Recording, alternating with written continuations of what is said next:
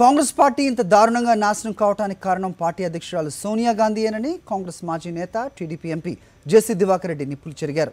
25 మంది కాంగ్రెస్ ఎంపీలను సస్పెండ్ చేసినంత మాత్రానే బ్లాక్ డే అంటూ గొంతు చించుకుంటున్న సోనియా గాంధీయే విభజన సమయంలో పార్లమెంట్లో నిజమైన బ్లాక్ డేకి కారకులయ్యారని జేసీ ఆరోపించారు. కాంగ్రెస్ ఎంపీల సస్పెన్షన్ ని బ్లాక్ డే అనే అర్హత కూడా సోనియా గాంధీకి లేదని ఆయన అంటున్నారు. సోనియా చూపిన బాటలోనే ఇప్పుడు బీజేపీ నడుస్తోందని ఆయన ఎద్దేవా చేశారు. ఇవాళ శ్రీమతి సోనియా గాంధీ గారు పెడబొబ్బలు పెడుతున్నారు.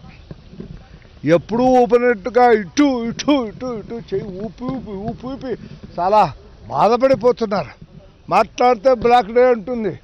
What is the meaning of the black day? ఎవరు బ్లాక్ డేని ప్రవేశపెట్టారు? గతంలో నువ్వు చేసేటువంటి కార్యక్రమం మర్చిపోయావా? ఆంధ్ర తెలంగాణ డివైడ్ చేసేటప్పుడు అందరినీ బయటికి తరిమి నువ్వు ఎప్పుడైతే వాకిళ్ళు వేసుకొని తలుపులు మూసుకొని ఎప్పుడైతే రెజల్యూషన్ పాస్ చేసుకున్నావు నువ్వంతకు నువ్వు యూనిలేటరల్గా ఆనాడే బ్లాక్ డే అనేటువంటిది తయారైంది. ఇవాళ కాదు. ఆ మహానుభావురాలు ఆ తల్లి యొక్క భాగ్యమే ఇవాళ కాంగ్రెస్ పార్టీ అపోజిషన్ కూర్చోవలసి వచ్చింది. ఇంగిత జ్ఞానం అనేటువంటిది లేకుండా ఈ రాష్ట్రాన్ని చీల్చి చెండాడి కాంగ్రెస్ పార్టీకి శాశ్వత సమాధి కట్టింది ఈమె. 100 సంవత్సరాల కాంగ్రెస్ పార్టీ ఈ రకమైనటువంటి పరిస్థితులు రావటం గతంలో ఎప్పుడూ జరగల. అధికారం లేకపోయిండొచ్చు కానీ ఇంత బలహీనమైనటువంటి పార్టీ ఎప్పుడూ లేదు.